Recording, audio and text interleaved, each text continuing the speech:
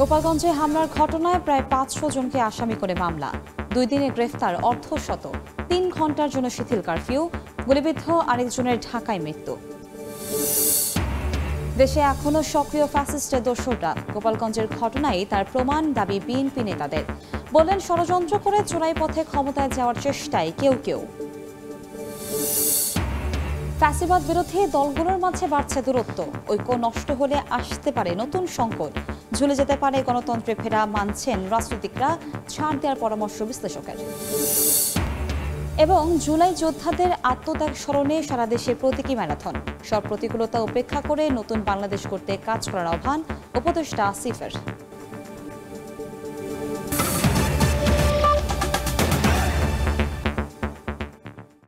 সময় সংবাদের সঙ্গে আছি আমি কনক আজাদ। গোপালগঞ্জে এনসিপির হামলার আওয়ামী সমর্থক ও নিষিদ্ধ ছাত্রলীগের নেতাকর্মীদের হামলার ঘটনায় প্রায় ৫০০ জনকে আসামি করে সন্ত্রাসী বিরোধী আইনে মামলা করা হয়েছে। যৌথ বাহিনীর অভিযানে ২ দিনে আটক হয়েছে অর্ধশত। মামলার অভিযোগে ৭৫ জনের নাম উল্লেখ করার পাশাপাশি অজ্ঞাত পরিচয়ের আরও ৪০০ জনকে আসামি করা হয়। এদিকে সহিংসতার জেরে গোপালগঞ্জে চলমান কারফিউ ৩ ঘণ্টার জন্য শিথিল রয়েছে। দুপুর ২টা থেকে আবার পরবর্তী নির্দেশ না দেয়া পর্যন্ত কারফিউ চলমান থাকবে। এ অবস্থায় জেলা শহরে বিভিন্ন সড়কে ছোট ছোট যানবাহন দেখা গেলেও বেশিরভাগ দোকানপাটি বন্ধ। সীমিত রয়েছে মানুষের চলাচলও।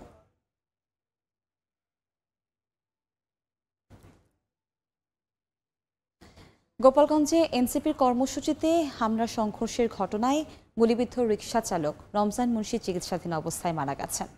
সকালে ঢাকা মেডিকেল কলেজ হাসপাতালে চিকিৎসাধীন অবস্থায় তিনি মারা যান। নিহতের পরিবার জানায়, বুধবার দুপুরে গোপালগঞ্জ সদর এলাকায় সিনেমা হলের পাশে রিকশা থেকে যাত্রী নামিয়ে ফেরার পথে সহিংসতার মধ্যে পড়ে গুলিবিদ্ধ হন রমজান।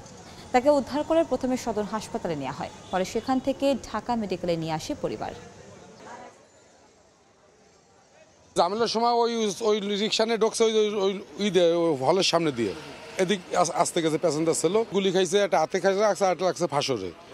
তবে আমার গোপালগঞ্জ মেডিকেলে ভর্তি করলে গোপালগঞ্জ রিফার করে দিয়েছে ঢাকা। তা ঢাকা গেলে ঢাকা ট্রিটমেন্ট চলছে, গত রাত্রে ৮টার সময় মারা গেছে। গোপালগঞ্জের সর্বশেষ খবর জানাতে সরকারি কলেজের সামনে আছেন রিপোর্টার জয়ন্ত শিরালি। আমরা সরাসরি যাচ্ছি তার কাছে। শিরালি, দ্বিতীয় দফার যে কারফিউ গোপালগঞ্জে চলছিল সেটি কিন্তু সকাল ১১টা থেকে শিথিল হয়েছে। সেই ১১টার পর থেকে কিন্তু গোপালগঞ্জের যে যান চলাচল এবং মানুষের যে স্বাভাবিক চলাচল সেটা আমরা দেখতে পাচ্ছি। এই শিথিলতা কিন্তু থাকবে দুপুর ২টা পর্যন্ত। এরপর থেকে আবার কারফিউ বলবৎ হবে এবং সেটি পরবর্তী নির্দেশ না আসা পর্যন্ত এই কারফিউ বলবৎ থাকবে। এছাড়া আরেকটু তথ্য জানিয়ে রাখি যে গোপালগঞ্জে এনসিপির যে কর্মসূচি ছিল সেই কর্মসূচিকে ঘিরে যে সহিংসতা, সেই সহিংসতার ঘটনায় সন্ত্রাস বিরোধী আইনে একটি মামলা হয়েছে, যে মামলায় ৭৫ জনের নাম উল্লেখ সহ ৪০০ জনের বিরুদ্ধে মামলা হয়েছে সেই মামলাটি কিন্তু নিশ্চিত হয়েছি আমরা কিছুক্ষণ আগে। এছাড়া আর যদি শহরের যে পরিস্থিতি, সকাল থেকে আমরা দেখেছি যে আইন শৃঙ্খলা যে বাহিনী রয়েছে সেই বাহিনী কিন্তু তারা টহল দিচ্ছিল এবং কিছুক্ষণ আগেও আমরা দেখতে পেয়েছি যে পুলিশ, সেনাবাহিনী এবং যে আইন শৃঙ্খলার বিভিন্ন বাহিনী রয়েছে তারা নিয়মিত টহল দিয়ে যাচ্ছে। আর ১১টার পর থেকে সাধারণ মানুষ কিন্তু তাদের যে প্রয়োজনীয় কাজ সেই কাজ সারার জন্য তারা বাইরে বেরিয়েছে। যেহেতু আজ শুক্রবার জুম্মার নামাজ, সে কারণে সবাইকে রাস্তায় দেখা যাচ্ছে তারা নামাজের জন্য বেরিয়েছেন। আর বাজারে আমরা ঘুরে দেখেছি, বাজারের বেশ কিছু দোকানপাট খুলেছে ১১টার পরে। যেহেতু কারফিউ শিথিল সেহেতু তারা খুলেছে। গত ২ দিন কারফিউ চলছিল, মানুষজন ঘর থেকে বেরোতে পারছিলেন না, তো এই সুযোগে তারা কিন্তু ঘর থেকে বেরিয়েছেন এবং তাদের প্রয়োজনীয় কাজ সারছেন। তো গতকাল আমরা একটা প্রেস ব্রিফিংয়ের মাধ্যমে জানতে পেরেছিলাম যে এই যে কারফিউর অবস্থা, এটি যদি অবস্থা আরও ভালো হয়, যদি মনে হয় যে পরিস্থিতি ভালো, তাহলে কিন্তু এই কারফিউ কিন্তু শিথিল হবে সেটাই কিন্তু আমাদেরকে জানিয়েছিলেন। তো এই ছিল গোপালগঞ্জে কারফিউর সর্বশেষ অবস্থা। কারফিউ পরিস্থিতির খবর জানতে আমরা সরাসরি যুক্ত ছিলাম গোপালগঞ্জ থেকে। দেশে এখনও ফ্যাসিস্টের দোসররা সক্রিয় রয়েছে।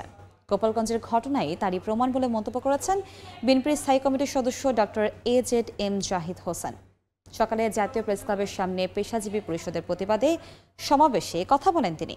এ সময় ষড়যন্ত্র করে কেউ কেউ চোরাই পথে ক্ষমতায় যাওয়ার চেষ্টা করছে বলে অভিযোগ করেন ডক্টর জাহিদ।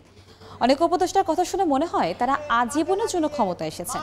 এমন মন্তব্য করে তিনি বলেন, ভোটের অধিকার ফিরিয়ে দিলে জনগণ সরকারকে ফুলের মালা দেবে, অন্যথায় স্বৈরাচারের মতো বিদায় করা হবে।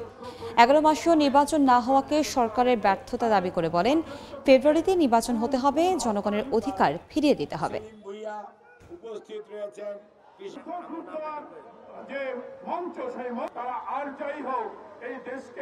কেউ আগামী দিনে চোরা পথে ক্ষমতায় আসার ষড়যন্ত্র করছেন, চিন্তা করছেন, সেটিও ইনশাআল্লাহ গণতন্ত্রকামী মানুষ হতে দেবে না। গোপালগঞ্জে কি ঘটনা ঘটলো, আমরা বারবার বলছিলাম ঐক্যের বিনষ্ট করবেন না। স্বৈরাচার কিন্তু আপনার আমার চতুর্দিকে ঘুরঘুর করছে, তাদের হাতে লুণ্ঠনকৃত অর্থ আছে এবং লাইসেন্স এবং বিনা লাইসেন্সের প্রচুর আর্মস আছে।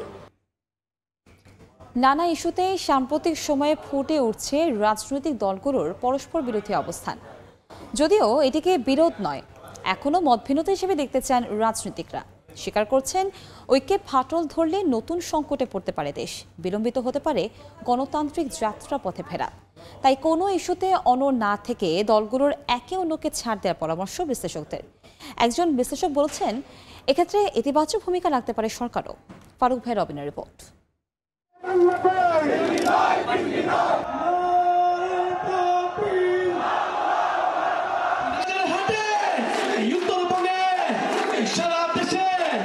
মাঠের স্লোগান, মঞ্চের বক্তব্য কিংবা টেবিলের আলোচনা, সবখানে এখন কম বেশি দূরত্ব দৃশ্যমান হচ্ছে সেই সব রাজনৈতিক শক্তিগুলোর মধ্যে যারা শেখ হাসিনা সরকার পতনের অভিন্ন লক্ষ্যে গত জুলাইয়ে ছিল একই প্ল্যাটফর্মে। চাঁদাবাজি সেই দুর্নীতিকে আগে আরেকটা দল পাহারা দিত, এখন নতুন আরেকটি দল পাহারা দিচ্ছে। কোন দল 5ই আগস্ট হাসিনার বিদায়ের পর ওনারা দেশের মালিক বনে গেছে। এরশাদের সময় এরশাদের কাছে ভর করেন, আওয়ামী লীগের সময় আওয়ামী লীগের কাছে ভর করেন, বিএনপির সময় বিএনপির কাছে ভর করেন, লম্বা লম্বা কথা বলেন।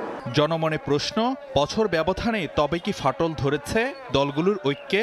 যদিও বিভিন্ন ইস্যুতে বিপরীতমুখী অবস্থানকে বড় ধরনের বিভেদ নয়, বরং মতের ভিন্নতা হিসেবেই এখনো দেখছেন নেতারা। তাদের মতে দলগুলোর কর্মসূচি, নীতি, এজেন্ডায় ভিন্নতা থাকেই স্বাভাবিক, আর গণতান্ত্রিক সে মূল্যবোধের প্রতিফলনই দেখা যাচ্ছে রাজনীতির মাঠে। প্রত্যেক দলের নিজস্ব দর্শন, ভাবনা, চিন্তা আছে, দূরত্বের কিছু নাই। এই জন্য এটা ভিন্ন ভিন্ন দল হয়েছে। যে জায়গাগুলোতে ঐক্যমত হওয়া সম্ভব সেখানে হবে, এর বাইরে যেটা থাকবে তারা জনগণের কাছে আমাদেরকে সবাইকে যেতে হবে। তথ্যগত জায়গায়, পলিসিগত জায়গায় আমাদের মধ্যে ডিবেটের জায়গা থাকবে।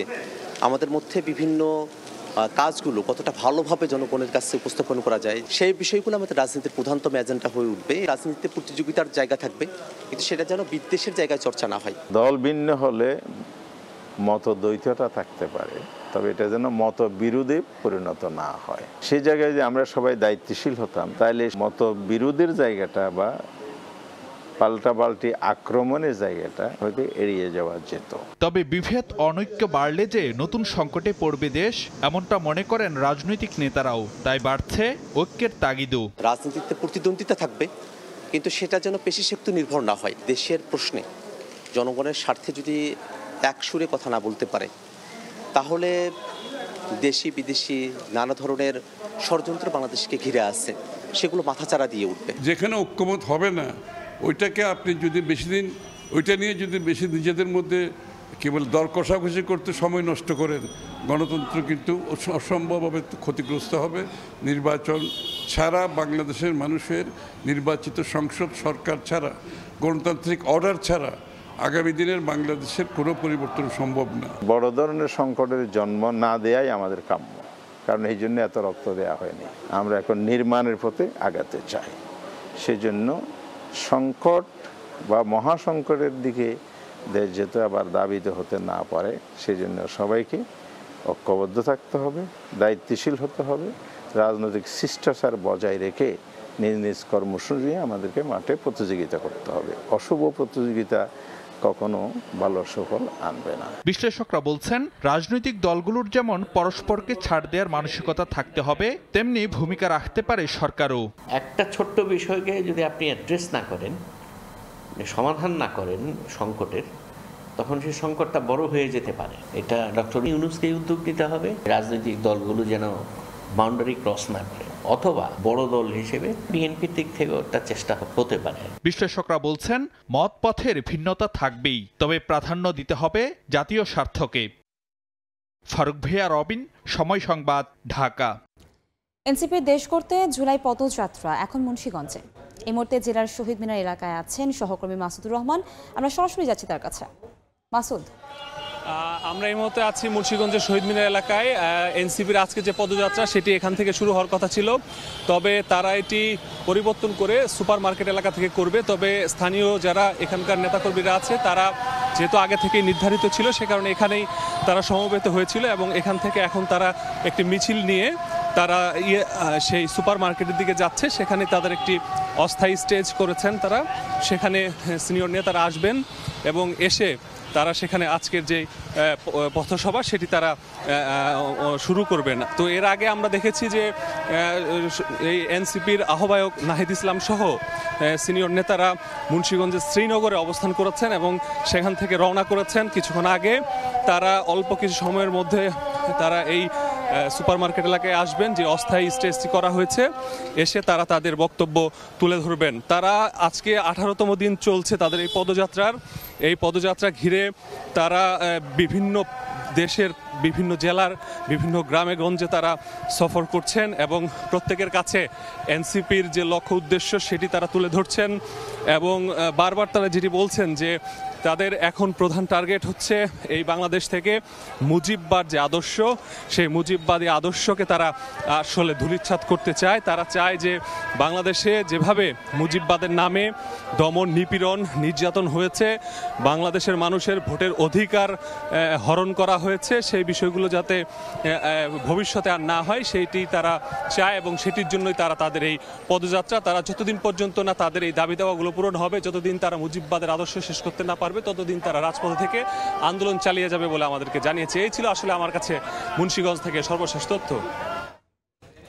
মুন্সিগঞ্জে এনসিপির জুলাই পদযাত্রার খবর জানাচ্ছিলেন আমাদের সহকর্মী মাসুদুর রহমান। সিলেটের জৈন্তাপুরে প্রায় 6 কোটি টাকা মূল্যের ভারতীয় অবৈধ পণ্য জব্দ করেছে বিজেপি। এই মুহূর্তে সেখানে আছেন সহকর্মী অপু মনিক। বিস্তারিত জানতে আমরা সরাসরি যাচ্ছি তার কাছে। অপু,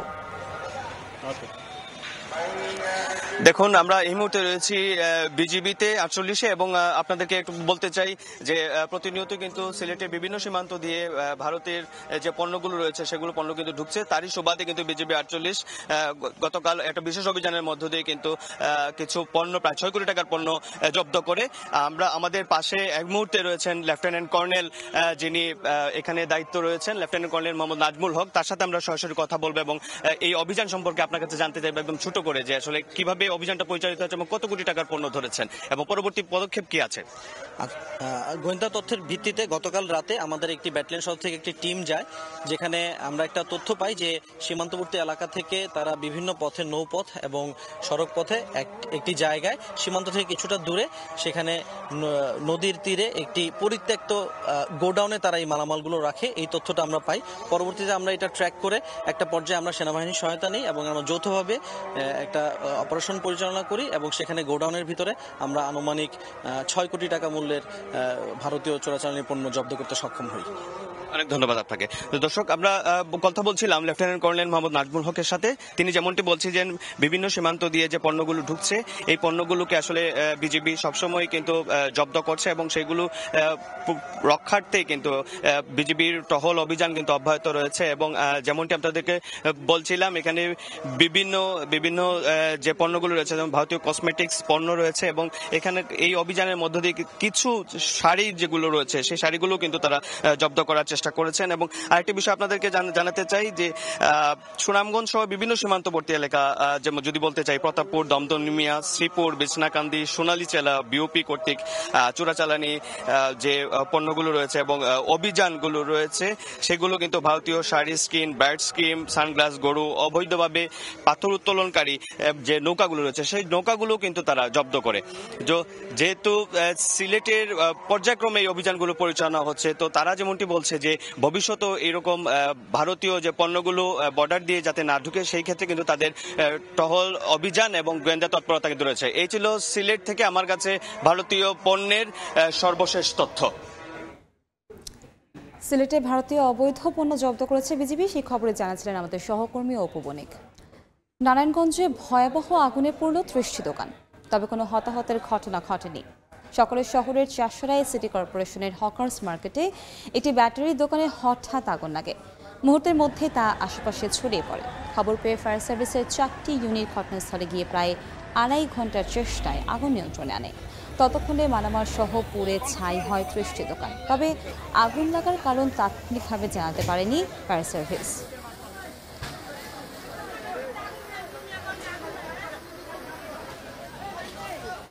চলছে রোদ আর বৃষ্টির লুকোচুরি খেলা। আকাশ কালো করে জড়ো হচ্ছে মেঘ, ঝরছে বৃষ্টি, আবার মেঘ সরে গিয়ে বাড়ছে তাপমাত্রা। এমন আবহাওয়ায় কিছুটা ভোগান্তিতে অফিসগামী মানুষ। আবহাওয়াবিদ বলছেন 24 জুলাই পর্যন্ত বৃষ্টিপাত কম থাকলেও এরপরে বাড়তে পারে।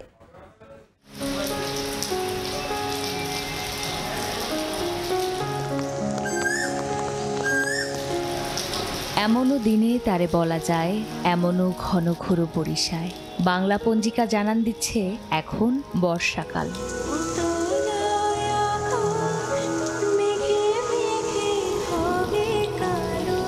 ঘন কালো মেঘের দল বৃষ্টি হয়ে লুটে পড়ে ধরার বুকে। এক পশলা বৃষ্টি শেষে খাবারের খোঁজে আসে কাঠবিড়ালি। তারই পাশে ছোটাছুটি করা শালিকটা কি যেন খোঁজে। তবে বর্ষার এই রসিকতা বোঝে না শহুরে পথঘাট, তাই তো বৃষ্টি এলে আটকে যায় অফিসগামী মানুষ, ভোগান্তিতে নিম্ন আয়ের মানুষ। ইদানিং দেখছি খুব সুন্দর বৃষ্টি হচ্ছে, আবহাওয়া ভালো, মেঘাচ্ছন্ন, ভালোই লাগে আমার কাছে। বৃষ্টিতে আমি ভিজি, বৃষ্টিতে ভিজতে আমার অনেক ভালো লাগে। বৃষ্টিতে অফিস টাইম মতো যাওয়া যায় না, বৃষ্টির কারণে জলাবদ্ধতা সৃষ্টি হয়, কারণে রাস্তাঘাট অনেক জ্যাম থাকে। ক্ষণে ক্ষণে বদলায় বাতাসের গতি। দেশের কোথাও কোথাও হালকা থেকে মাঝারি বৃষ্টি হলেও ভারী বৃষ্টির সম্ভাবনা নেই বলে জানান আবহাওয়াবিদ। আগামী কয়েকদিন বৃষ্টিপাত কম হবে, তুলনামূলক কিছুটা কম হবে। তবে এই বৃষ্টিপাত যেটা হবে দেশের উত্তর অঞ্চলের বৃষ্টিপাতটা তুলনামূলকভাবে বেশি হবে। তবে এই সময়ে কিন্তু অতি ভারী বৃষ্টিপাতের সম্ভাবনা নেই বললে চলে। বৃষ্টির পরিমাণ কমলে বাতাসের আর্দ্রতা কমে আসবে বলে জানান আবহাওয়াবিদ। মূলকভাবে কম থাকবে। চন্দ্রিমা চৌধুরী, সময় সংবাদ, ঢাকা। গাজায় ইসরায়েলি বর্বরতায় একদিনে প্রাণ হারিয়েছেন 94 জন। উপত্যকাটির একমাত্র ক্যাথলিক গির্জাতেও হামলা চালায় নেতানিয়াহু বাহিনী। এর মধ্যে যুদ্ধবিরতি আলোচনায় অগ্রগতির দাবি করেছে ইসরায়েল, তবে এ বিষয়ে এখনও কোনো প্রতিক্রিয়া জানায়নি হামাস। স্থানীয় সময় বৃহস্পতিবার বেঁচে থাকার তাগিদে ত্রাণের লাইনে দাঁড়ানো সাধারণ মানুষের ওপর হামলা চালায় ইসরায়েলি বাহিনী। এতে শিশুসহ বহু হতাহতের ঘটনা ঘটে। উপত্যকাটির একমাত্র ক্যাথলিক গির্জাও রক্ষা পায়নি দখলদার বাহিনীর হাত থেকে। হলি ফ্যামিলি গির্জা লক্ষ্য করে চালানো হামলায় কয়েকজন নিহত হয়েছেন। আহত হয়েছেন ফাদার গ্যাব্রিয়েল রোমানেলি সহ আরও অনেকে। নিহতদের শেষ বিদায়ে ভিড় জমান শোকাহতরা। ইতালির প্রধানমন্ত্রী জর্জিয়া মেলোনি এই হামলার জন্য সরাসরি ইসরায়েলকে দায়ী করে তীব্র নিন্দা জানিয়েছেন। গাজায় মানবতার আরেক নিষ্ঠুর পরিসংখ্যান উপস্থাপন করেছে জাতিসংঘের শিশু বিষয়ক সংস্থা ইউনিসেফ। সংস্থাটির তথ্য অনুযায়ী উপত্যকায় প্রতিদিন গড়ে 28 শিশু মারা যাচ্ছে। গত 21 মাসে নিহত হয়েছে 17,000 শিশু, আহত 33,000। ইউনিসেফ বলছে অস্ত্রহীন এসব শিশু কোনো যোদ্ধা নয়, খাদ্য বা ওষুধের লাইনে দাঁড়িয়ে জীবন হারাচ্ছে। আর যারা বেঁচে আছে তারা বয়ে বেড়াচ্ছে চিরস্থায়ী মানসিক আঘাত। এদিকে যুদ্ধবিরতি আলোচনায় কিছুটা অগ্রগতি হয়েছে বলে দাবি করেছে ইসরায়েল। দোহায় মধ্যস্থতাকারী মিশর ও কাতারের সঙ্গে আলোচনায় উল্লেখযোগ্য অগ্রগতির দাবি করেছে তেল আবিব। নতুন প্রস্তাব অনুযায়ী 60 দিনের যুদ্ধবিরতিতে মোরা করিডোর থেকে সেনা প্রত্যাহারের পরিকল্পনা রয়েছে। তবে হামাস এখনো কোনো প্রতিক্রিয়া জানায়নি, বরং গাজায় মানবিক সহায়তা প্রবেশের জন্য আরব ও মুসলিম দেশগুলোকে আহ্বান জানিয়েছে সংগঠনটি। গাজায় যুদ্ধ শেষে প্রশাসনিক দায়িত্ব নিতে প্রস্তুত বলে জানিয়েছে ফিলিস্তিনি কর্তৃপক্ষ। যুদ্ধবিরতি হলে আরব সম্মেলনে গৃহীত পুনর্গঠনের রোডম্যাপ অনুযায়ী ফিলিস্তিনি প্রশাসন উপত্যকায় ফিরবে বলে জানানো হয়। একই সঙ্গে ইসরায়েলের চাপিয়ে দেয়া গাজাবাসীদের স্থানান্তর পরিকল্পনা কখনই মানা হবে না বলেও হুঁশিয়ারি উচ্চারণ করেছে ফিলিস্তিনি কর্তৃপক্ষ। ইয়াসিন মোহাম্মদ জিসান, সময় সংবাদ। সব প্রতিকূলতা উপেক্ষা করে নতুন বাংলাদেশ গড়তে সবাইকে এক হয়ে কাজ করার আহ্বান জানিয়েছেন যুব ক্রীড়া উপদেষ্টা আসিফ মাহমুদ সজীব ভুঁইয়া। জুলাই যোদ্ধাদের আত্মত্যাগ স্মরণে প্রতীকী ম্যারাথনের উদ্বোধনী অনুষ্ঠানে তিনি এই কথা বলেন। সারা দেশের প্রতিযোগিতায় অংশ নেন জুলাইয়ে আহত যোদ্ধা ও নিহতদের পরিবারের সদস্যরাও। নতুন এক বাংলাদেশ গড়ার স্বপ্নে বুঁদ তরুণ প্রজন্ম। সে স্বপ্ন পূরণে জুলাই পুনর্জাগরণে বিভিন্ন কর্মসূচি চলছে দেশব্যাপী। তারই অংশ হিসেবে এবার শুরু হলো প্রতীকী ম্যারাথন। জুলাই গণ অভ্যুত্থান স্মরণে দেশব্যাপী অনুষ্ঠিত হলো প্রতীকী ম্যারাথন প্রতিযোগিতা। সকাল 7টায় চিন্মৈত্রী সম্মেলনে এই প্রতিযোগিতার উদ্বোধন করেন যুব ও ক্রীড়া উপদেষ্টা আসিফ মাহমুদ সজীব ভুঁইয়া। রাজধানীর চিন্মৈত্রী সম্মেলন কেন্দ্র থেকে শুরু হয়ে মানিক মিয়া এভিনিউ, বিজয় সরণি হয়ে আবারও একই স্থানে এসে শেষ হয় ম্যারাথন, যেখানে সাধারণ মানুষের পাশাপাশি অংশ নেন জুলাইয়ে আহত যোদ্ধারাও। নতুন বাংলাদেশ গড়তে এ ধরনের আয়োজনের মাধ্যমে সবাইকে এক হয়ে কাজ করার আহ্বান জানান যুব ও ক্রীড়া উপদেষ্টা। আজকে যখন আমি দৌড়াচ্ছিলাম, আমি পুরোটা কমপ্লিট করেছি, যদিও প্র্যাকটিস নেই, তারপরেও যখন দৌড়াচ্ছিলাম তখন আমার সাথে কয়েকজন আহত আমাকে সঙ্গ দিয়েছেন। এর মধ্যে একজন ছিলেন, এখানে হয়তো আছেন, যার পেটে গুলিবিদ্ধ, এখনও গুলিটা আছে, উনি সেটা নিয়ে আমার সাথে দৌড়েছেন এবং কমপ্লিট করেছেন। তো যখন 3 কিলোমিটার পরে মনে হচ্ছিল আর পারবো না, কিন্তু ওনাদেরকে দেখে মনে হয়েছে আমি তো সুস্থ, আমার জন্য তো আর কোনো অসুবিধা হওয়া উচিত না। জুলাই গণঅভ্যুত্থানের শহীদ আহতদের স্বপ্নের বাংলাদেশ গড়ার লড়াইটাও একটা ম্যারাথনের মতো। যত কষ্টই হোক এটা আমাদেরকে শেষ করতে হবে, যত সময়ই লাগুক আমাদেরকে বাস্তবায়ন করতে হবে। গণঅভ্যুত্থানের চেতনা উজ্জীবিত রাখতে প্রতি বছর এমন প্রতিযোগিতা আয়োজনের দাবি সংশ্লিষ্টদের। তাজিন খন্দকার, সময় সংবাদ। এ পর্যায়ে শীর্ষ সংবাদগুলো জানিয়ে দিচ্ছি আরেকবার। গোপালগঞ্জে হামলার ঘটনায় প্রায় 500 জনকে আসামি করে মামলা। 2 দিনে গ্রেফতার অর্ধশত। 3 ঘন্টার জন্য শিথিল কারফিউ। গুলিবিদ্ধ 28 জনের ঢাকায় মৃত্যু। দেশে এখনো সক্রিয় ফ্যাসিস্টের দোসররা। গোপালগঞ্জের ঘটনায় তার প্রমাণ দাবি বিএনপি নেতাদের। বলেন, ষড়যন্ত্র করে চোরাই পথে ক্ষমতায় যাওয়ার চেষ্টায় আছে কেউ কেউ। এবং ফ্যাসিবাদ বিরোধী দলগুলোর মাঝে বাড়ছে দূরত্ব। ঐক্য নষ্ট হলে আসতে পারে নতুন সংকট। ঝুলে যেতে পারে গণতন্ত্রে ফেরা, মানছেন রাজনীতিকরাও। ছাড় দেওয়ার পরামর্শ বিশ্লেষকদের।